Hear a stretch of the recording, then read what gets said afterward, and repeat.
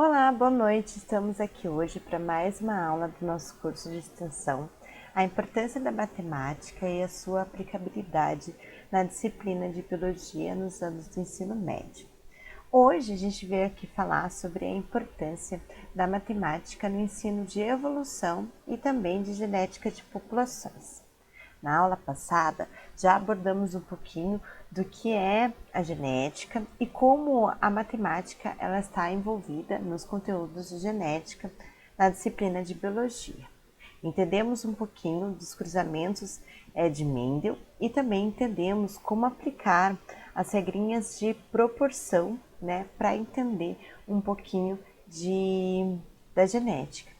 Entendemos também como calcular a probabilidade de um cruzamento e assim descobrir as transferências hereditárias, que são passadas de geração em geração na disciplina de genética. Hoje nós voltamos a falar aqui sobre genética, porém a genética que a gente conhece como genética de populações. Talvez você não conheça muito bem a genética de populações por esse nome, porque na verdade ela está ali dentro da disciplina de ecologia.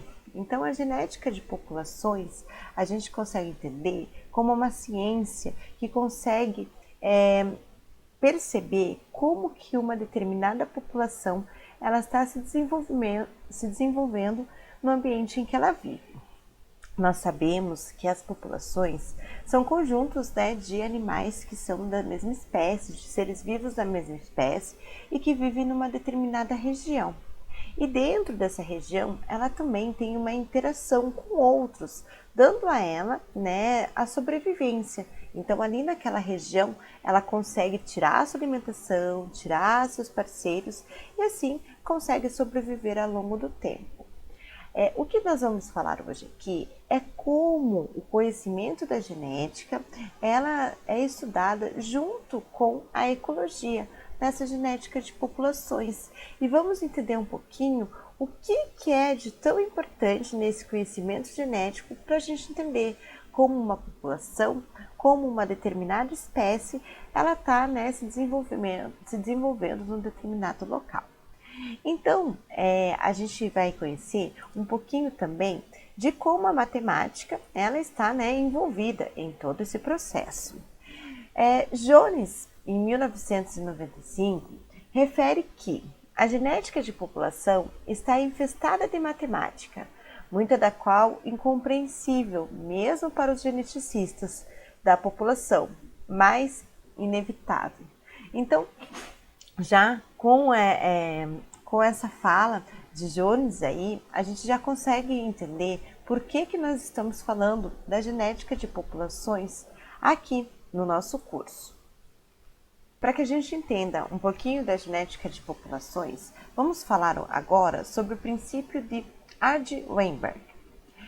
Em 1908, um matemático inglês chamado Argand e um físico alemão Weinberg demonstraram o que é conhecido como o princípio do equilíbrio de Argand-Weinberg, que se pode enunciar da seguinte forma: numa população em que os cruzamentos ocorram ao acaso e na ausência de mutações, ausência de seleção natural e também de migrações, o locus, as frequências genéticas e genotípicas associadas a um determinado permanecem constantes de geração em geração.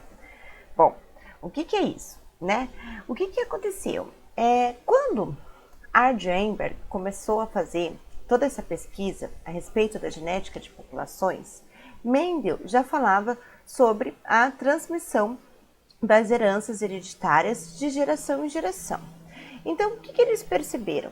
Eles perceberam que dentro de uma população onde eu tenho uma determinada característica que é dado ali por um alelo qualquer, que é uma característica, por exemplo, olho claro. Então, se eu tenho uma população que tem aí essa característica, de olho claro, a partir do conhecimento da frequência desse alelo e de outros alelos que tem nessa população, eu consigo perceber se essa população está tendo mudanças ao longo do tempo ou não.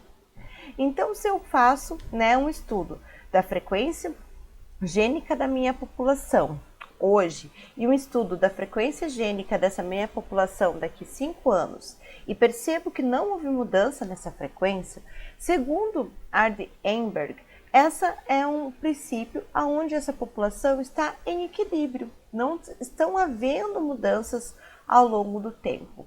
Porém, para a biologia, a mudança ela representa evolução. A evolução nada mais é do que a mudança que as espécies elas vão adquirindo ao longo do tempo, né, para se adaptar a novos ambientes.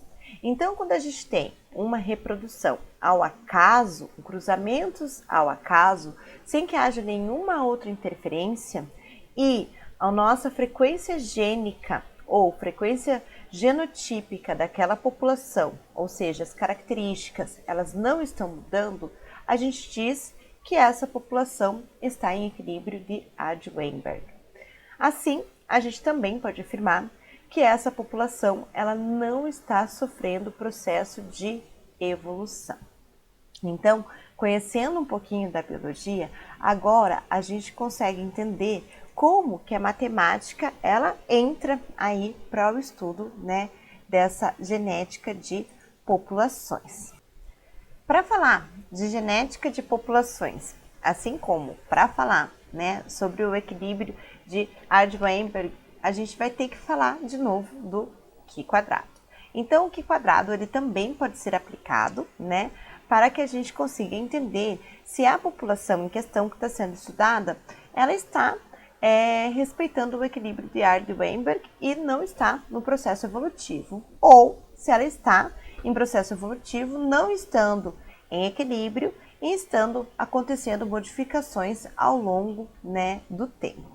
Então, o Q² ele vai servir aqui para gente para comparar as proporções observadas, né, em um determinado estudo para uma característica de uma população com aquelas proporções que são esperadas, com base, né, nesse teorema de Ard-Weinberg.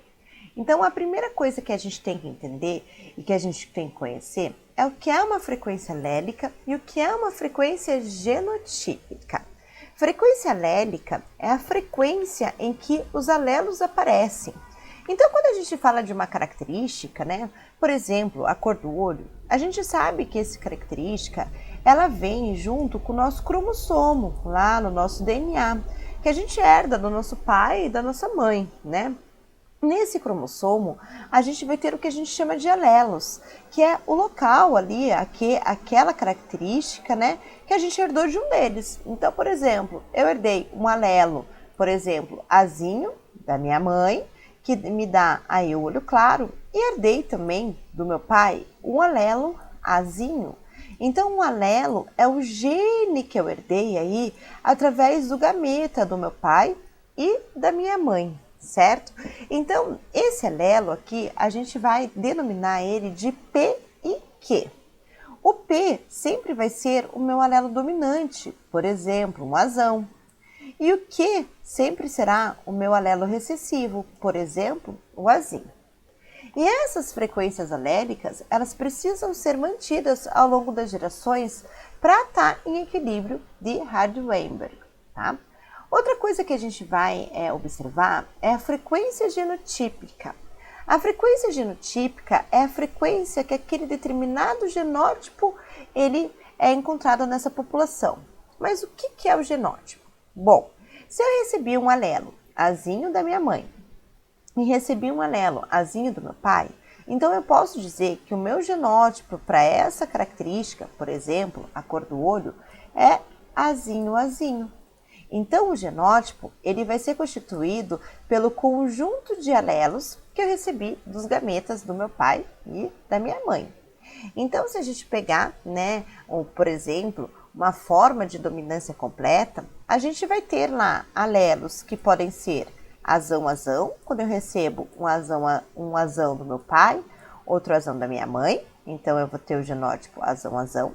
Eu posso ter o genótipo azão-azinho, que eu recebo um azão do meu pai, por exemplo, e um azinho da minha mãe, então um é dominante e o outro é recessivo, e posso ter, que nem no meu caso aqui, o azinho-azinho, aonde eu recebi o azinho do meu pai e o azinho da minha mãe. Então, nesse caso, nós teremos 3 genótipos. Se a gente denominou, né, o nosso alelo azão como P e nosso alelo azinho como Q, nós podemos dizer também que esse genótipo aqui, ó, azão, é a mesma coisa que eu falar P vezes P, porque são 2P. Então, isso daqui vai ser igual ao P ao quadrado. Esse aqui, o azinho, né, é a mesma coisa que eu falar P vezes Q. Então, eu vou ter aí PQ. E aqui, a gente vai ter o azinho, que é a mesma coisa que eu falar Q vezes Q, que vai ser o Q ao quadrado. Mesma coisa que o Q ao quadrado.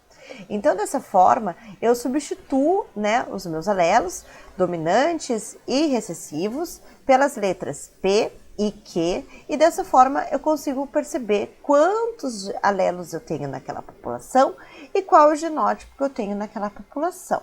Então, as frequências genotípicas, elas vão ser determinadas a partir dessas frequências alélicas.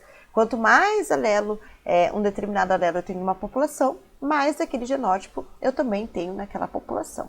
Então, vamos ver um exemplo para que a gente entenda como que a gente pode analisar esse equilíbrio de Ardy-Weinberg, perceber se essa população ela está em desenvolvimento, ela está em evolução, ela está sofrendo essas mudanças ao longo do tempo, ou se essa população ela está nesse equilíbrio. Foi avaliada a população de uma determinada espécie e para 287, que é o nosso número de indivíduos, que eu vou circular aqui, 287 indivíduos, observou-se a variabilidade do gênio Hzão-Bzinho. Então, a gente está falando desse gene aqui, Hzão-Bzinho, cujos alelos são Hzão-Bzinho, Azinho, e Hzão-Bzinho, Szinho. Ah, vamos entender isso daqui. Isso aqui é a mesma coisa que eu chamar, por exemplo, esse gene aqui, né, de gene A, um negócio que ele chamou de HB. Então, é a mesma coisa. Aqui, às vezes, eu determino o gene A, aqui eu determino HB. Não existe uma regra para você determinar o nome de um gene. Então, eu posso determinar o nome, qualquer nome, né? Então, é a mesma coisa, tá? Eu posso chamar um gene de A e posso chamar um gene de HB. E esse azão, em vez de eu determinar como azão, azinho, azinho, ele não vai determinar assim. Ele vai dizer que a gente vai ter esse HB do tipo azinho e esse HB do tipo Szinho. Então, vai ser o HBA e o HBS. E eles podem ser identificados através de uma eletroforese. Eletroforese é uma técnica utilizada, né, onde você coloca aí o DNA numa placa com um gel, e esse gel ele percorre através de eletrodos, né? Ele vai percorrer esse gel e vai marcar algumas áreas do meu DNA que a gente chama de banda, tá? Então, ele vai representar essa eletroforese aqui, ó, nesse esqueminha aqui embaixo. Observe o gel abaixo dessa população e explique se a população está em equilíbrio de Ardy-Weinberg. Então, o que a gente vai perceber? Nessa eletroforese, a gente sabe que a gente vai marcar essas partes mais escuras, aonde vai ter a presença, né, daquele determinado gene. Então, por exemplo, né, aqui em 189 indivíduos, eu tenho a presença aqui, ó, do gene HBA, tá? Então, eu vou ter esse gene aqui, que eu vou chamar de gene A, tá? Só para ser mais fácil aqui pra gente. No segundo aqui, eu tenho 9 indivíduos que marcaram somente o meu HBS, que eu vou chamar de gene S, tá? Para ser mais fácil para nós. E aqui eu tenho 89 indivíduos que marcaram esses dois, tanto o A quanto o S. Então, se a gente pensar, a gente pode pensar assim, a gente tem 189 indivíduos que vão ter apenas o HBA, certo? Isso quer dizer o quê? Que quando esse indivíduo ele recebeu um alelo do pai e recebeu um alelo da mãe, ele só recebeu o gene A. Então, quer dizer que ele vai ter o HBA que ele recebeu da mãe e o HBA que ele recebeu também do pai, certo? Então, ele vai ter né? Os dois, gente. Desculpa aí a letra que é escrevendo aqui com o mouse fica um pouquinho feio mesmo, mas espero que dê para entender. Agora, nesse segundo aqui, a gente tem 9 indivíduos, certo? Esses 9 indivíduos, eles marcaram apenas HBS. Então, quer dizer que esses 9, eles só vão ter recebido esse HBS. Então, ele recebeu HBS da mãe e HBS aí também do pai. Então, ele só tem isso. Agora, 89 indivíduos receberam os dois. Então, quer dizer que de um dos pais, eles receberam o HBA. E de um dos pais, ele recebeu o HBS. Então, dessa forma, a gente consegue determinar o que a gente chama de genótipo. Então, isso aqui é o genótipo. 189 indivíduos, eles têm genótipo HBA, HBA. 9 indivíduos, eles têm genótipo HBS, HBS. E 89 indivíduos, eles têm o genótipo HBA, HBS. Então, aqui a gente já conseguiu determinar, né, a frequência aí desse genótipo nessa população. Sabendo disso, né, a gente vai determinar agora quais que são essas frequências, tanto as frequências, né, observadas nesse estudo, que é o que está mostrando aí nessa eletroforese, como também a nossa frequência, né, que a gente chama de frequência esperada, aí para que a gente observe o equilíbrio de Ardy-Weinberg. Então, a primeira coisa que a gente tem que fazer é entender que todas essas frequências, elas estão acontecendo numa mesma população. Então, se a gente somar tudo aqui, a gente vai ter um total de 287 indivíduos, que é esse total de indivíduos que aparece aqui nessa minha população. Então, esse 287 vai ser o meu total. E esses indivíduos, eles estão, então, dispostos, né, dessa seguinte forma. Então, a primeira coisa que a gente vai fazer, a gente vai utilizar a nossa regrinha da probabilidade para descrever, para saber quanto desses indivíduos, né, qual é a frequência desses genótipos aí no meu estudo. Então, a primeira coisa que a gente vai fazer é fazer uma regrinha de probabilidade para pegar aí cada um desses grupos, desses indivíduos, né, e descobrir qual que é aí a probabilidade dele aparecer nessa determinada população. Então, o que a gente vai fazer? Lembrando lá da regrinha de probabilidade, a gente vai ter aqui o número de ocorrência, né, que acontece lá no meu estudo, vou colocar aqui no estudo, e daí o número total, né, que a gente tem aí de indivíduos. Então, a gente vai ter que fazer a probabilidade de cada um deles, de ser HBA, HBA, de ser HBS, HBS, de ser HBA, HBS. Então, para isso, para ficar mais organizado aqui, eu vou chamar aqui o HBA, HBA de 1, probabilidade 1, o HBS, HBS de 2 e o HBA, HBS de 3. Só para organizar ali no outro slide, para não ficar tão confuso. Então, vamos fazer o primeiro. Então, a minha probabilidade 1, que é do HBA, HBA, é de 189 indivíduos que aparecem com essa característica em 287 indivíduos que eu tenho no total. Então, se a gente realizar, né, essa divisão, 189 divididos por 287, eu tenho o resultado de 0,66. Então, essa é a minha probabilidade de ter o genótipo HBA, HBA. Agora, eu vou fazer a mesma coisa com HBS, HBS, que é a nossa probabilidade 2. Ele diz que nessa população, a gente tem apenas 9 indivíduos que vão apresentar o HBS, HBS, num total de 287 indivíduos que eu tenho nessa minha população. Então, fazendo essa divisãozinha, eu tenho o resultado de 0,03. E agora, a gente vai fazer a probabilidade 3, que é, né, de aparecer HBS, HBA, que vai ser um total de 89 indivíduos que aparecem nessa população, para o total de indivíduos da população de 287 indivíduos. Fazendo também aqui a nossa divisão, a gente tem 0,31. Então, dessa forma, a gente consegue resolver, né, e ver a probabilidade que está acontecendo, né, esses determinados genótipos dentro daquela população. Agora, nós vamos entender como é que a gente faz para que a gente consiga achar a frequência alélica ou gênica de uma população. Vamos entender aqui. Então, a gente sabe que a gente tem dois genes. Um gene que é o HBS e um gene que é o HBA.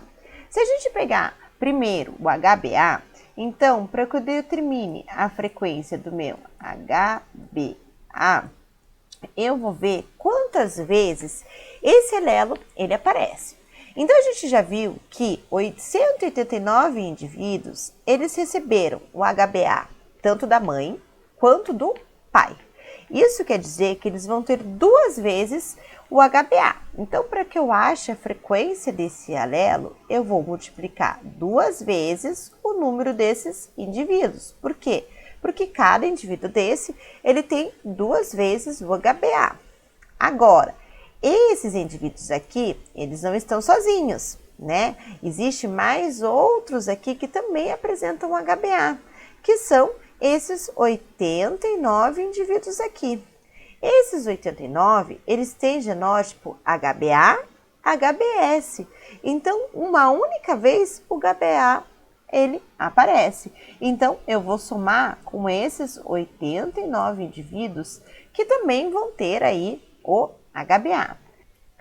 Fazendo essa continha aqui, então, 2 vezes 187 mais 89, eu vou ter 467.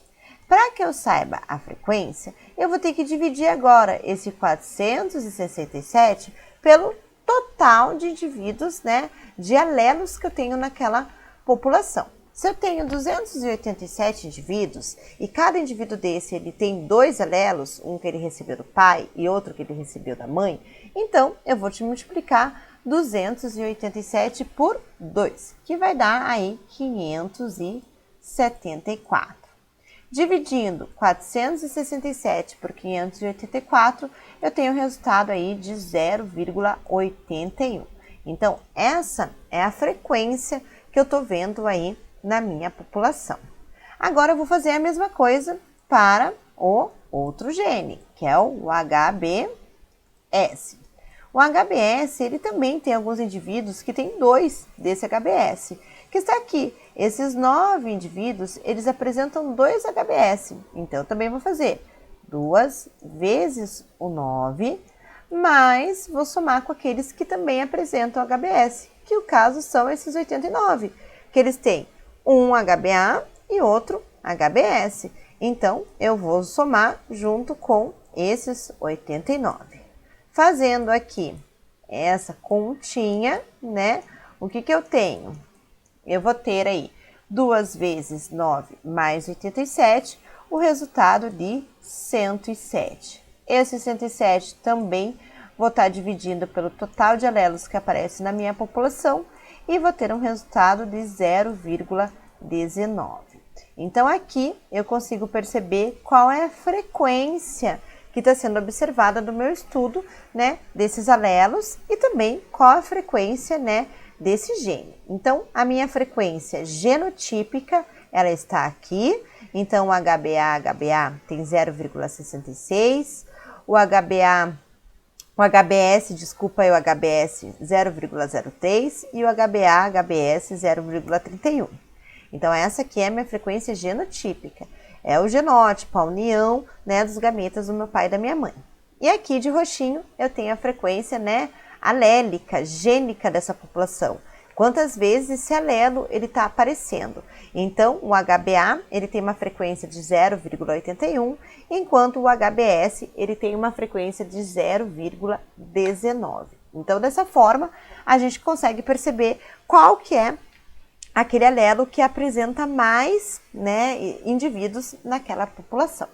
Agora, para que a gente veja, né, se isso aí está de acordo, né, ou não com a teoria de Ard-Weinberg, a gente também tem que ver o esperado, né? Esse aqui é todos os resultados que a gente está fazendo do observado. Agora, a gente vai fazer a mesma coisa para o esperado.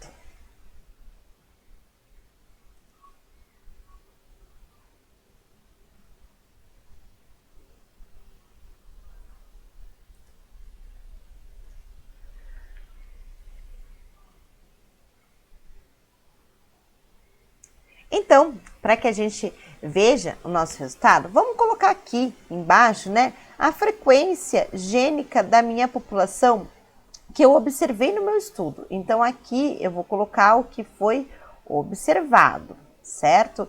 Então, eu vou colocar aqui que a minha frequência, né, de HbA, ela vai ser de 0,81 e a minha frequência de HbS, ela vai ser aí de 0,19. Então, vou anotar aqui só para que a gente não esqueça. Agora, nós vamos calcular, né, o que foi a frequência genotípica esperada, né? Então, o que acontece, né? A gente tem que entender que a partir do momento que eu tenho aquilo que foi observado e aquilo que foi esperado, eu vou poder fazer lá o meu teste do Q quadrado para ver se a minha hipótese ela vai ser aceita ou ela vai ser rejeitada. Então, como que a gente vai fazer, né, essa minha frequência genotípica esperada? Bom, a gente falou lá no comecinho que a gente vai denominar esses genes como P e Q. Nesse caso aqui, a gente tem dois genes, né? O HBA e também o HBS. Então, denominando esses genes aqui, eu vou utilizar para o HBA, né, o P e para o HBS o Q. Então, dessa forma, a gente sabe que, por exemplo, a gente tem indivíduos que são HBA, vou colocar aqui, ó, HBA, que são indivíduos que a gente vai ter P ao quadrado, P vezes P ao quadrado. A gente vai ter indivíduos que vão ser HBS, que são indivíduos que vão ter P, que é do HBA, e Q, que é do HBS. E a gente tem indivíduos que são HBS, que a gente vai representar como Q ao quadrado. Então, dessa forma, não fica difícil com que a gente veja, né, qual que é a frequência esperada, certo? Por quê? Porque a gente já tem todas essas probabilidades, a gente já tem, né, ali a frequência genotípica, né, que eu tinha observada, já tenho a frequência alélica que eu tenho aí na minha população, então fica fácil da gente entender qual que vai ser a frequência genotípica esperada. Para que a gente tenha uma frequência genotípica esperada, eu preciso levar em conta a minha frequência alélica. Por quê? Porque a frequência alélica é o quanto de alelos eu já tenho naquela população. Então, a partir dessa frequência de alelos, eu consigo saber o que eu espero de genótipo, né? Lembrando que isso, se a gente tem cruzamentos ao acaso ali naquela população, né? E que não tenha nenhuma outra intervenção dentro daquela população, como uma seleção natural, né? Como outros deriva genética e assim por diante, ou uma mutação, tá? Então, o que eu vou fazer? Eu vou utilizar a minha frequência gênica populacional que eu observei aí, né, que foi observado aí no meu estudo. Então, eu vou utilizar esse 0,81. Então, se HbA é a mesma coisa que P, eu vou fazer esse 0,81, né, vezes 2. Então, aqui, vezes 2 não, elevado a 2, né? Então, eu vou ter aqui, ó, 0,81 elevado a 2. Então, essa aqui vai ser a minha frequência agora genotípica esperada. É isso aqui que eu espero, né, que seja HBS, HBS. Mas tá, eu espero aí dentro de quantos indivíduos? Aí a gente tem que colocar, que são, né, 287 indivíduos. Então, isso aqui eu vou esperar naqueles 287. 0,81 elevado a 2, vezes o total de indivíduos que eu tenho na minha população, que é 287. Da mesma forma, eu vou fazer aqui para o meu HBA, HBS. O P, né, desse HBA, a gente já sabe que é 0,81 vezes o Q, que a gente também já sabe que é 0,19. 0,19. E isso aqui eu também quero saber aí dentro, né, dos meus 287 indivíduos. 287 indivíduos, certo?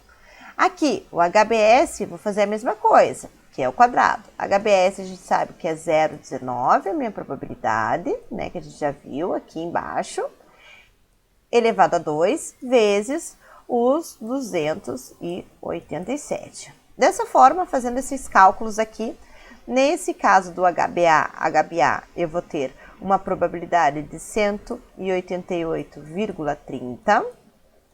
Aqui embaixo do HBS, eu vou ter 88,34. E aqui, né, do HBS, eu vou ter um total de 10,36, tá? Então, dessa forma, eu tenho aqui as minhas probabilidades, a minha frequência genotípica esperada. Então, assim, a gente já tem a frequência genotípica observada e também já tem a frequência genotípica esperada. Então, se a gente, né, olhar lá, a gente tem aí uma diferença bem pequena, né, nessa frequência. Por exemplo, eu vi que tem 189 indivíduos, né, lá no meu estudo, que apresentam o genótipo HBA. Aí ele deu 188 como esperado, então tá bem próximo. Eu vi que o HBS foi de 88, então aí também é de 89 lá, e aí foi 88, então também tá bem próximo. E o meu HBS foi de 9, e aí deu 10, então também bem próximo. Então, com isso, a gente já tendo, né, a minha frequência genotípica observada e a minha frequência genotípica esperada, eu consigo fazer o nosso teste aí do Q quadrado. Para fazer esse teste do Q quadrado, lembra que a gente tem que ter a nossa primeira hipótese, que é uma hipótese nula. Essa hipótese a gente vai ver, né, por isso que eu acabei de falar, pelos resultados que eu tive. Então, eu vou utilizar com a minha hipótese nula que as frequências observadas e esperadas para cada fenótipo não diferem, porque elas estão tão próximas que eu posso dizer que diferem.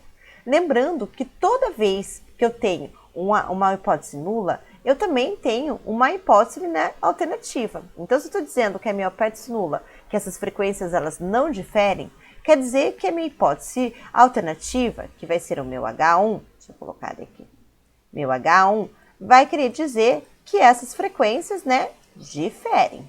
Então, ele vai ser ao contrário. Então, para isso, eu vou colocar aqui, vou fazer o meu teste do Q quadrado. Para quem não lembra, o Q quadrado, ele tem essa fórmula aqui, Q quadrado igual uma somatória do observado menos o esperado elevado a 2, certo? Sobre o esperado. Na aula passada, a gente fez esse quadrado dentro dessa fórmula. Hoje, a gente vai fazer esse quadrado de uma forma um pouquinho diferente, que é dentro de um quadro, que vai fazer a mesma coisa com essa fórmula.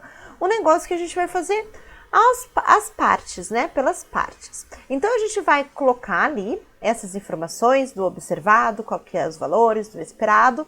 Vamos fazer, né, essa continha aqui do observado menos o esperado, que vai ser o nosso D, tá? Então, a gente vai fazer isso daqui como o D, e depois esse D ao quadrado sobre o E, que vai ser o nosso resultado. Então, é um jeitinho um pouquinho diferente de fazer, mas daí, né, aí cada um vai se adaptando àquele que acha que é melhor para você, certo? Então, vamos começar. O observado, a gente observou lá no nosso estudo que o HBA, a gente tinha 189 indivíduos, certo? O HBS, a gente encontrou 89 indivíduos. E o HBS, a gente encontrou 9. Então, esse aqui é o meu esperado. O meu total de tudo isso é 287. Muito bem. O meu esperado, né, vai ser aquilo que a gente fez ali, né, a nossa frequência esperada. Então, no HBA, a gente encontrou 188. Vou colocar devagarzinho, 0,3. Vamos usar aqui uma única casa aqui, porque fica mais fácil, né? Já que é 30, é 30, né? Então, vou colocar uma única casa. HBA e HBS é 88,34. No HBS é 10,36. Apertadinho. E o total, a gente também, né, somando aqui, vai ter 287. Muito bem.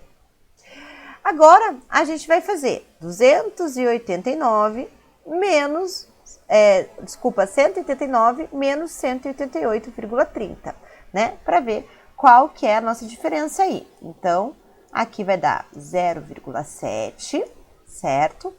Aqui embaixo, a gente vai ter 0,66. E aqui, a gente vai ter menos 1,36. Ficou meio ruinzinho para ver, gente, mas é 1,36. Fazendo também a soma disso daqui, a gente tem um valor aqui de 0, quer dizer que está certinho, certo? Agora eu vou fazer o quê? Eu vou pegar esse valor aqui de D, vou elevar ele a 2 e vou dividir por esse valor aqui do meu esperado, tá?